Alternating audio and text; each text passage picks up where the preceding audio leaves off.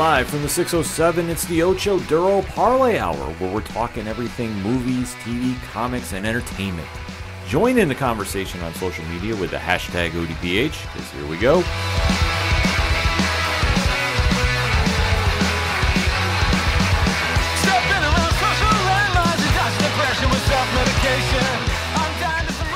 Welcome to a very special edition of the ODPH podcast, better known as the Ocho Duro Parlay Hour. My name is Ken M, and joining me in studio is not Padawan J. Unfortunately, he could not make it in for this very special edition, but fear not, ODPH Society, we have a guest host in studio, and I'll just let him do the introductions. Coming at you live and direct, straight from a folding chair in the ODPH studios, it is me, Tom, the off-the-cuff gamer, live and direct. Thank you so much, Ken, for having me back. It's always a pleasure being here. You're always welcome to come through the studio, and we had to bring you back on because when we have a special guest on the line, we need to bring out an all-star team because ODPH Society, let me tell you this, get your calendars out right now. August 3rd is officially hashtag Dead Lucky Day at your local comic shops because there is a big book that you've heard rumors about. You saw the promotional art that came out in the Supermassive comic book that featured Radiant Black, Rogue Sun, and Inferno Girl Red earlier this year, which is a phenomenal book. You should go pick that up as well. But we've been hearing rumors about this book. We finally have a release date, and let me tell you this. This is a book that you need to add to your comic book collection. No ifs, ands, or buts. I don't want to hear any excuses otherwise. And we are very, very lucky to have the writer of this phenomenal comic book entitled The Dead Lucky on the line. Please welcome to the ODPH podcast, Melissa Flores. Melissa, thank you for coming on. Oh my God, thank you so much. And thank you for that fantastic introduction. I feel like I haven't had any coffee yet, and I feel like I don't need to now. I've had a couple cups this morning, to say the least, so I'm a little jittery. It's one, I'm excited to talk to you about this book, and two, the power of caffeine is strong. Oh, thank you so much. Yes, absolutely. So in case our listening audience is not familiar with who you are and your background, why don't you give us a little quick bio and let us know how you got into this whole content creating writing space? Oh, absolutely. I was a studio executive producer for about 10 years for a number of things, but mostly known for Power Rangers. And I did that with Saban Brands, and then I did it with Hasbro, and then I was no longer with Hasbro, and I decided I wanted to pursue something that I've always loved. It's always been my first love, which is writing. And thankfully, I've been able to do that with the help of some amazing friends and some really fun ideas. And The Dead Lucky is my first debut comic book that's going to be launched with Image. And I am so excited and honored about it. The book is fantastic. And obviously, how did this all come about? So Kyle Higgins, the author of Radiant Black, and I used to work together pretty closely at Power Rangers when I was with Saban Brands and again at Hasbro. And he wrote the books for the Boom Studios comic books, and he was absolutely brilliant. Loved doing it. Him and Ryan Parrott were two of my favorite authors that we got to work with there. And Kyle and I became especially close because we worked on other projects together as well. He did a Shattered Grid promo film that he directed that was absolutely amazing. We did Battle for the Grid, the story mode for the video game together. He wrote it and I helped produce it with him. And again, through that time, we just really started to enjoy each other's company as friends and also colleagues. And I think we just both developed a real respect for each other's sensibilities and each other's talent. And we just became friends, which is always nice. And after he left Power Rangers, we stayed close. And then after I left Power Rangers, we stayed close. And he would show me Radiant Black and show me all the projects. And I was so excited for him. Obviously, it's a brilliant book. And as the Massiverse began to take shape, he asked me if I was interested in pitching him an idea for a superhero book. And what moron would say no to that? So, of course, I said yes. Right. And I came back to him with the idea of The Dead Lucky set in San Francisco. And we developed it a little, and we put together a pitch and got an artist to help us, and we pitched it to Image, and they said yes. That's awesome. Now, were you a big comic book fan growing up? When I was growing up, no, only because I think I would have been had I been exposed to them. But I grew up as the tomboy with two very girly sisters, and my dad worked very hard.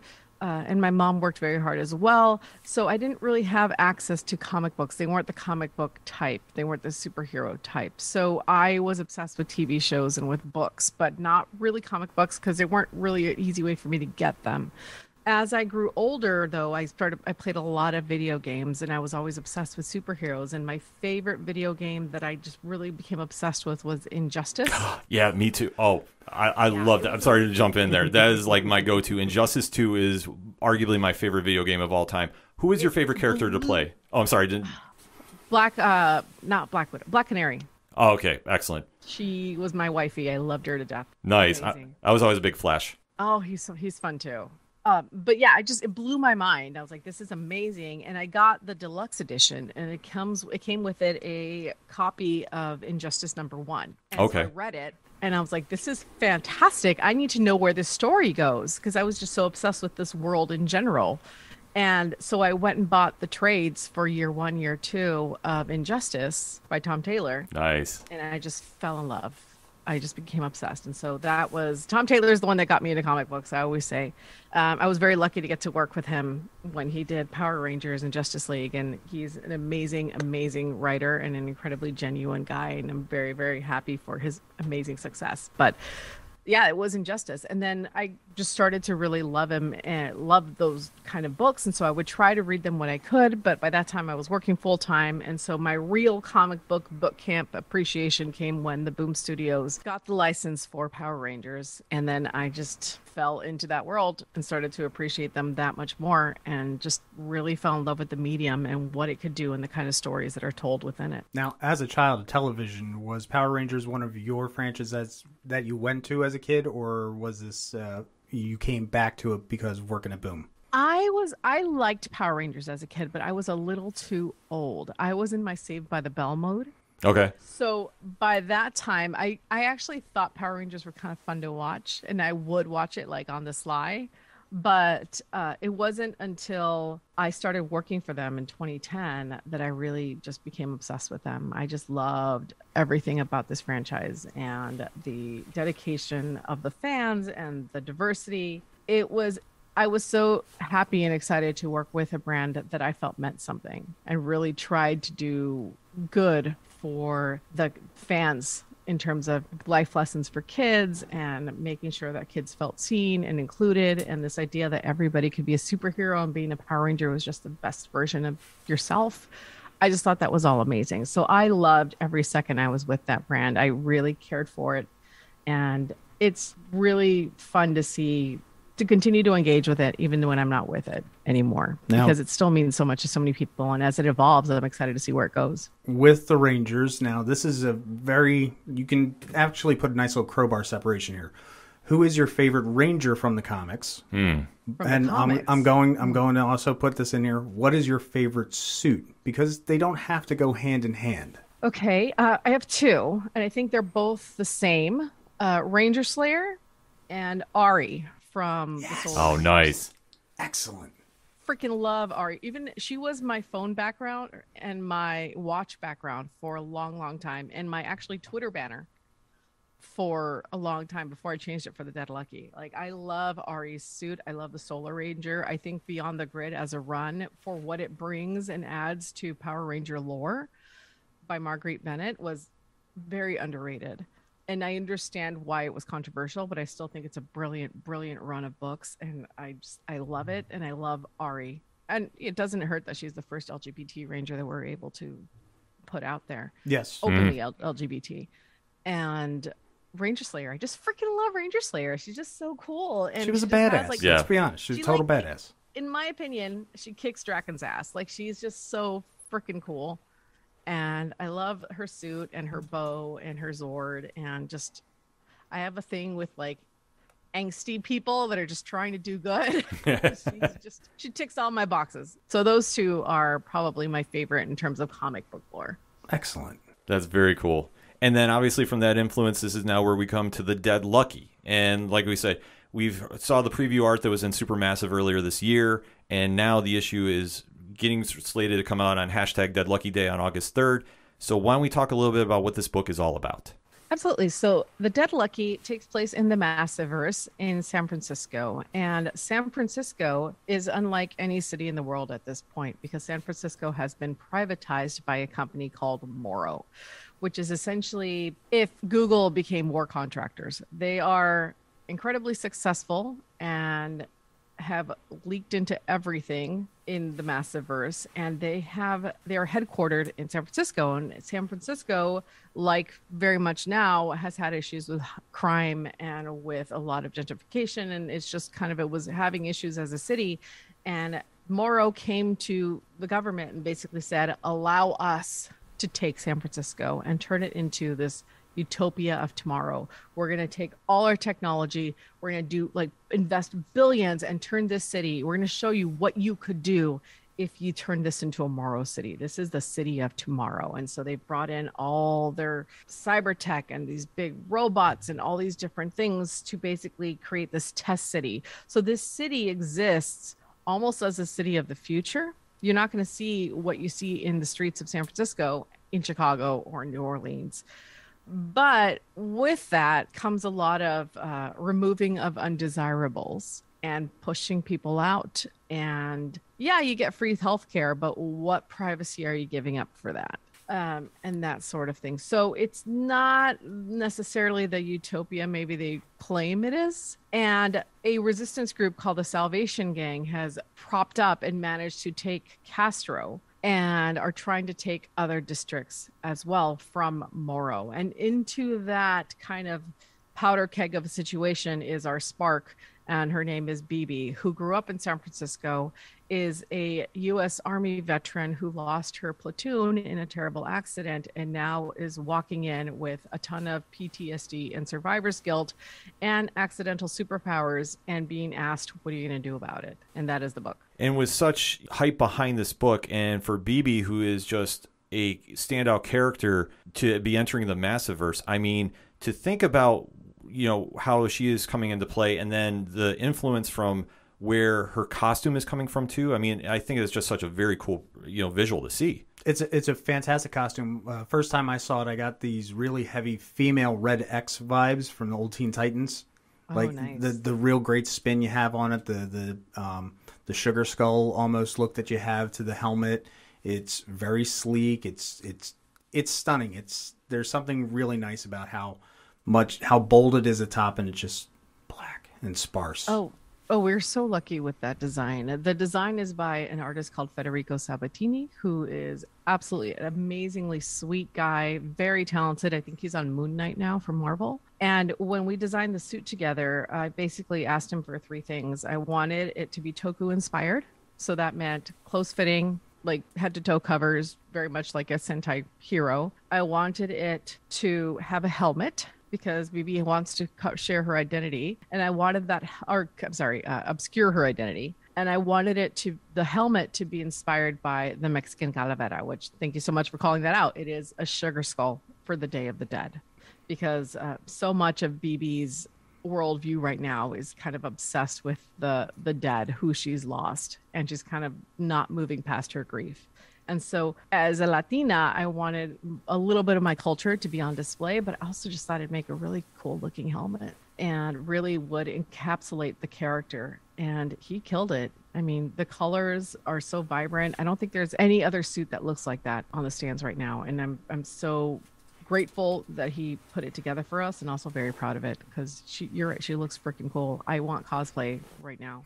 Oh my god, yes, I need to see this at New York Comic Con. We're gonna be heading down there in the fall for this, so I would love to see a Dead Lucky cosplay out by then. It's not going to look good on me, but hopefully somebody else will. Now, being a proud Latina, can you imagine though a gender bent Bibi, or like different variations of Bibi? There's so many different things that people could do. I love the cosplay world, so I'm just excited to see if people love this character, what they would do with it. I can see it happening. Oh, I definitely see that happening. Now, being a proud Latina, you know, and saying that San Francisco being the melting pot that it is, you know, Bibi comes from, has family, and they own a restaurant. And I love the idea. Now, you're based out of LA, correct? I am, yes. You are. So how many times have you been to the Kogi food trucks? Because I think that's where you got the idea from. Well, the book is semi-inspired by my girlfriend, who is an Army veteran, and she is obsessed with food trucks, and she makes me go to every single one. But she's also Chinese, and she's so I know a lot about Chinese food because I eat it so often, and I've been with her for 10 years, so I know a lot about the Chinese culture. And so when it came, and she's from San Francisco, so when it came to creating this character, I wanted her to be biracial because one, it's inspired by a character that's not me. I mean, a person that's not me, but I also want to impart some of my culture in it. And I didn't feel it would be genuine of me as an author to just make her Chinese because I'm not Chinese.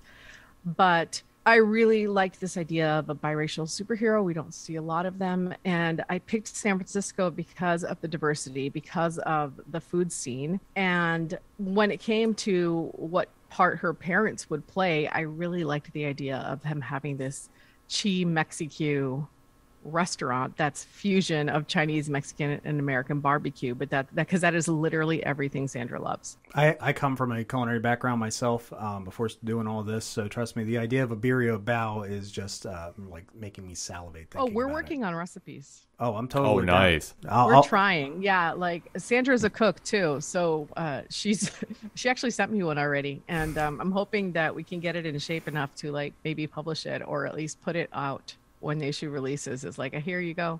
Or maybe I haven't told anybody else that. You guys are the first. We're trying really hard to do some of that fun stuff because we've had so much fun coming up with ideas for recipes. I think the next one is crispy duck tacos. I saw that one in there. Yeah, that would be really good. Yeah, that'd be really cool. And then I saw this like Chinese corn pancake that like looked so good that you could put like an esquito kind of feel to it. You could add like the sour. So there's so many ideas that we have, and I love that people are responding to that because I think food connects us all in a really fun way. It does.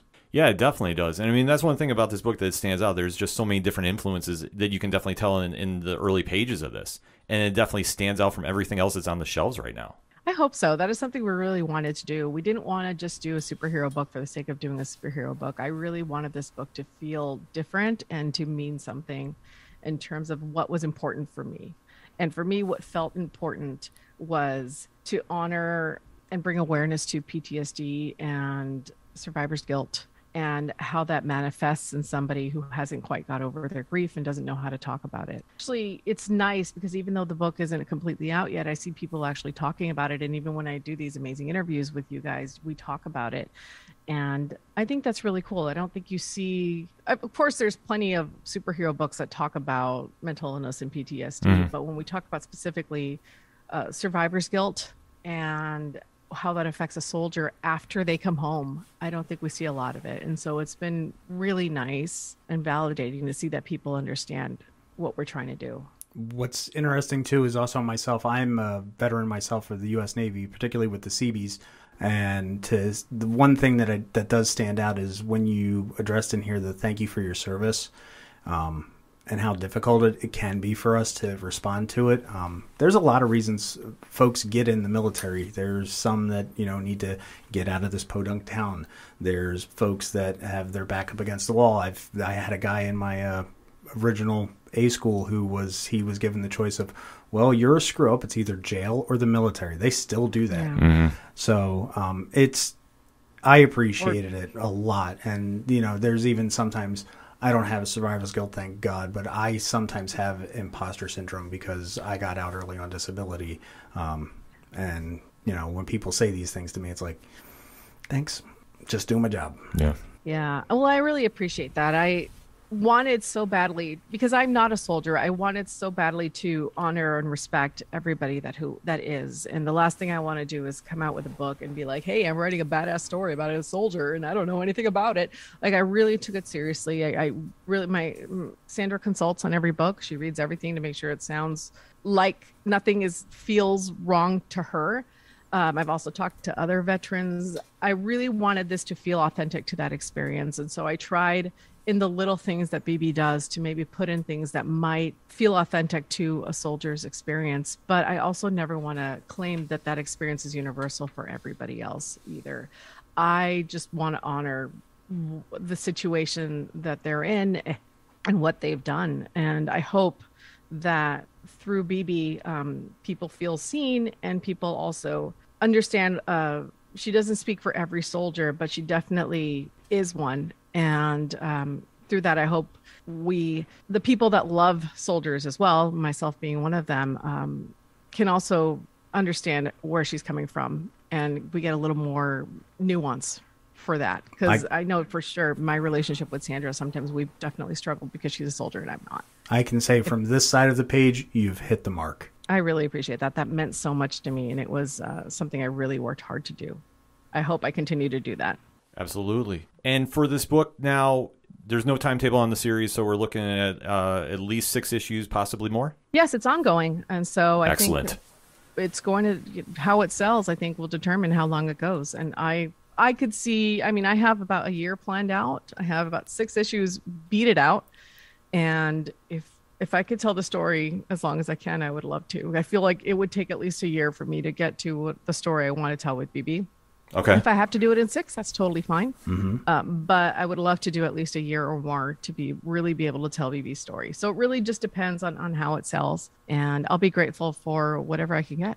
Oh, absolutely. I mean, just from reading the first issue, I don't see how this doesn't go long and this isn't a smash hit, to be honest with you. I have not been able to put this down. I think I've read it at least 5 times already since I've gotten it. Wow. And I'm trying not to say anything out loud in public other than just tell people go to the LCS and go buy it.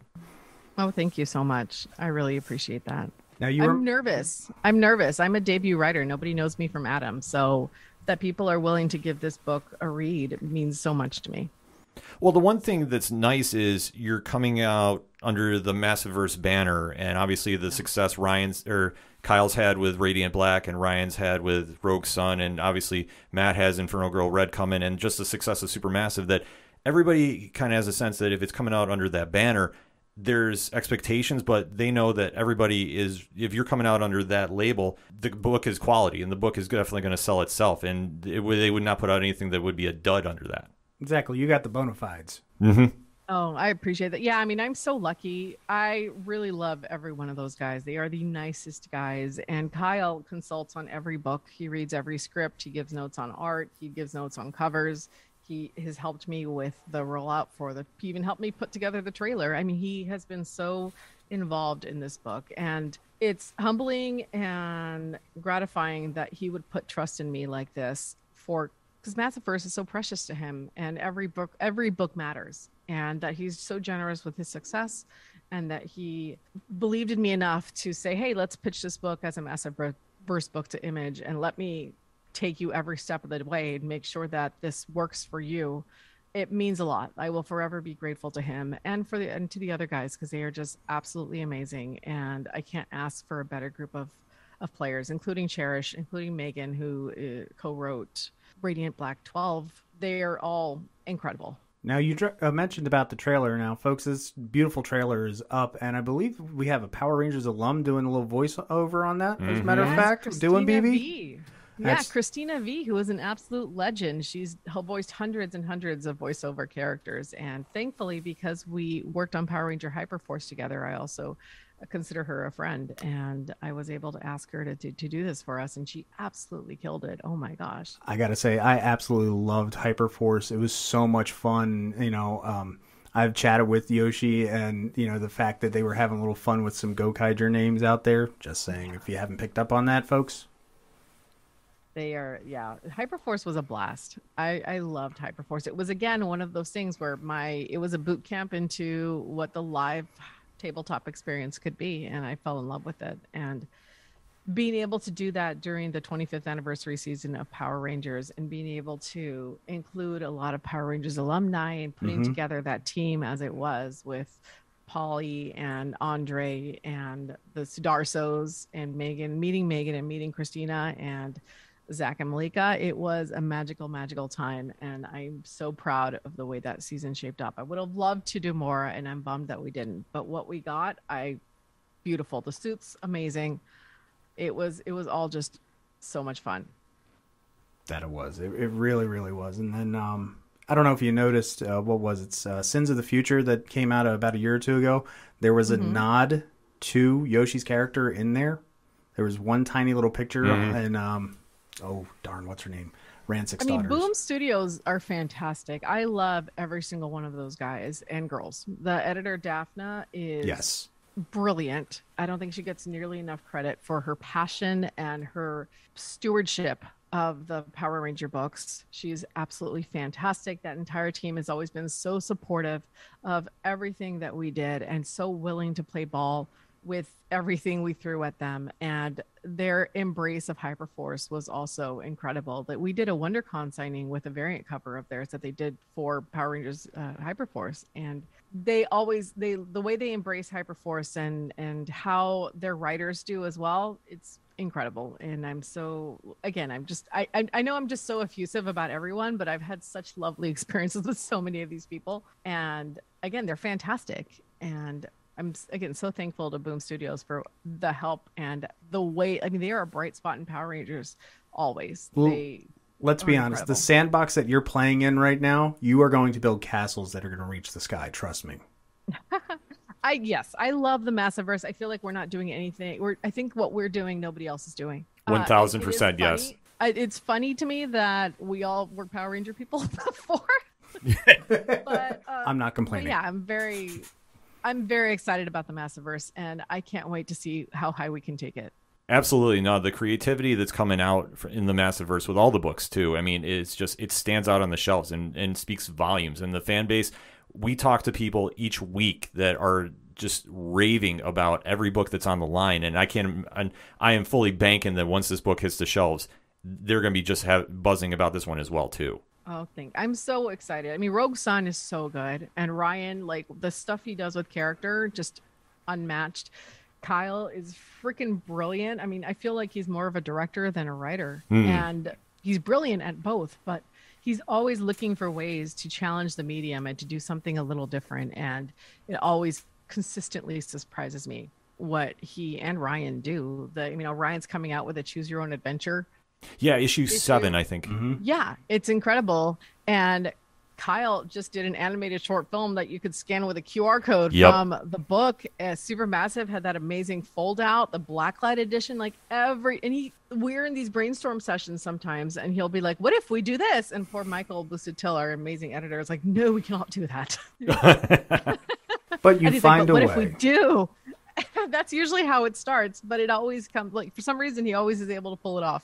And it's really gratifying to watch. Oh, absolutely. I mean, just to have that much creative freedom, especially with a character that is so personal in writing, that's just got to be just the ultimate feeling. Oh, absolutely. And one, thankful to Image for their incredible, unique model.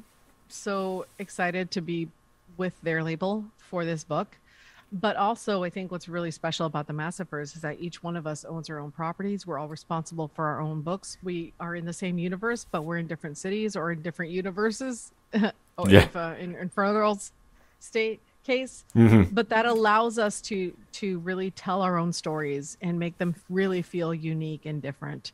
And we play nice, because we're all friends and we love each other, and that's amazing. But also, we're allowed to do our own thing, and I think that's really special, and I think that's really fun. The character autonomy that you're each given is fantastic, and then we hope we get like Supermassive too. Yeah, that'll all cross over together, and we see everybody's issues. I'd love to see that be like a WrestleMania event. Like every year, there's a Supermassive crossover. And I'm just being greedy. I don't just mean paper issues. I mean issues come together. I would love that. I was so jealous when Supermassive came out because BB hadn't been introduced yet, and I was like, man, I want to be in that. And they're like, well, you're not out yet. I'm like, I know, but still.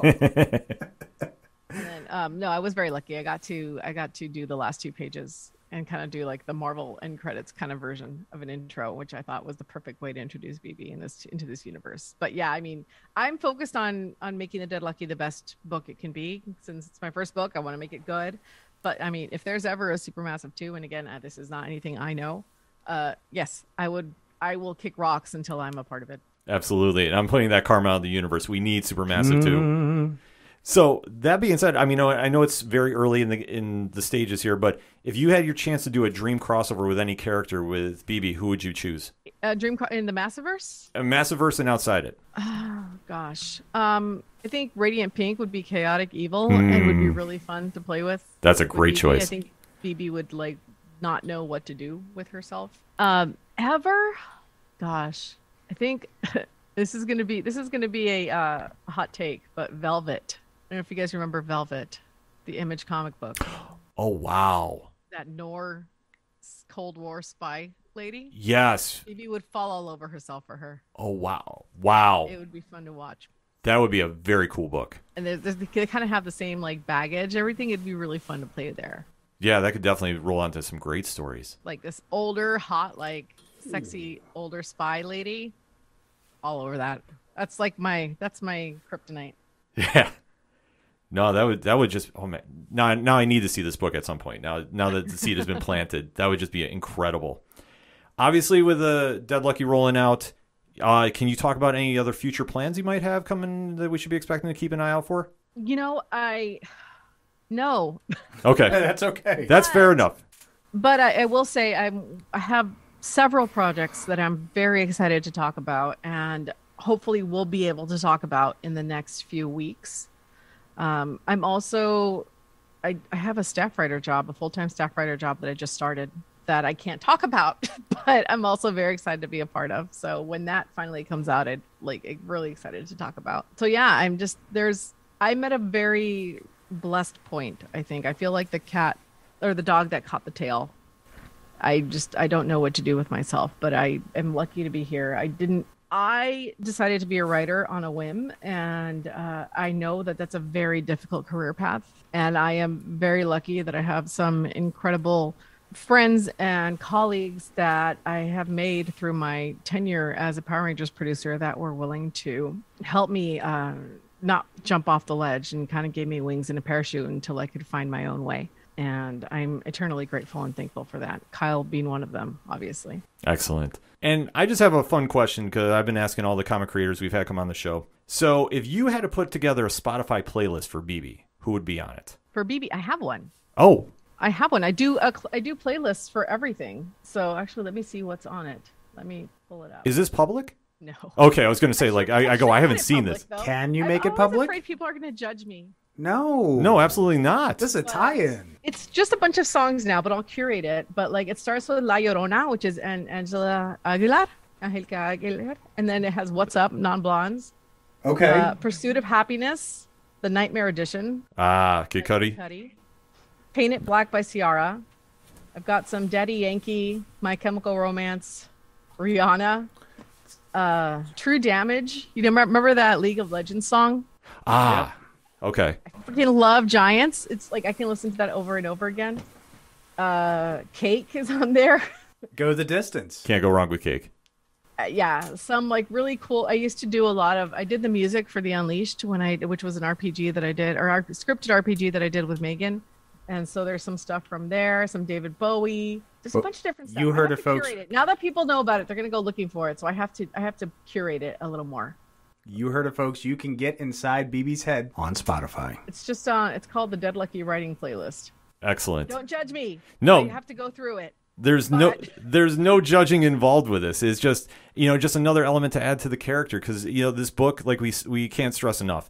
The Dead Lucky is a must grab when you get a chance to grab it on #DeadLuckyDay, August 3rd. If you don't have this pre-ordered, I seriously, I'm questioning your comic choices, because this is a must grab. You should be running to your LCS. However you need to get there. Make sure it's pre-ordered by July 11th so you don't miss out on it, because trust me, on August 3rd, everybody's going to be talking about it. If it's sold out at your place, I can't be held against it. Nope. Get in your plane, get in your train, get in your automobile, your Megazord, or your mech. I don't think Image does reprints anymore, right? That's what I've heard. I don't think so. I'm going to message my guy right now for 2 copies. I should be all set up. I talked to our guy a couple days ago, actually. So he is supposed to, but I'm going to follow up anyway, just make sure. Because there's no way I am missing this book. And ODPH Society, I am stressing to you. You can hear the sound in my voice. Do not miss the Dead Lucky when it comes out. So make sure you got that pre-order in. So, Melissa, before we let you go, thank you again for coming on the show. And why don't you tell our listening audience where they can find you on social media? Absolutely. You can find me under Misty_Flores on both Instagram and Twitter. Excellent. Tom? Ken, thank you so very much for having me, Misty. It was a pleasure chatting with you. Everybody else, if you need to find me, I'm on Facebook, Twitter, Instagram, for a lot of cat videos, and even on the TikTok at Off the Cuff Gaming. Thank you so much again for having me. It's a pleasure being here. Absolutely. And for anything and everything that is the ODPH, from Harley Point's comic reviews to the TeePublic store to the classified section to the directory, if it is the ODPH, it can be found at odphpodcast.com. My name is Ken M. Thank you as always for listening to the ODPH podcast, better known as the Ocho Duro Parlay Hour. Get the dead lucky in your pull list ASAP. Dead lucky day. We'll see you next time.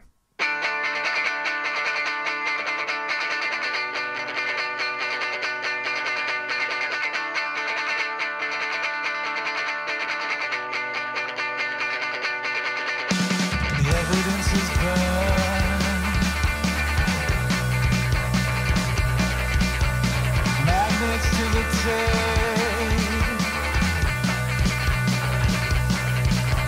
The darkness has crept up to cover your face. Sliding backwards into stars and nothing collapses into place. So we try to keep our heads above the water, but it gets so hard to breathe out here.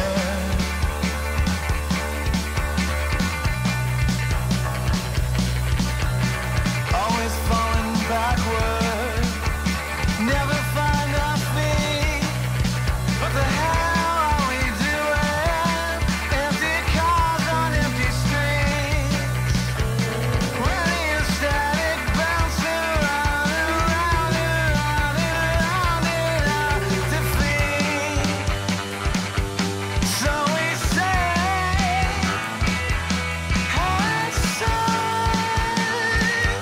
with rasping, broken voices in the sky.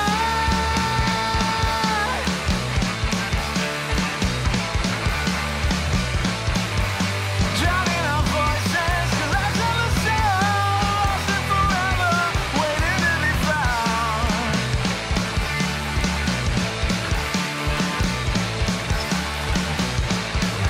We're up in the clouds and there's no coming down. We're lost in the crowd, there's no one around.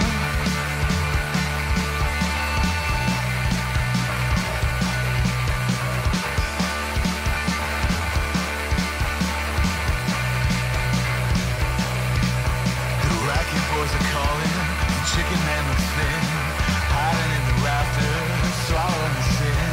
A little deviation from the little task at hand, the making of a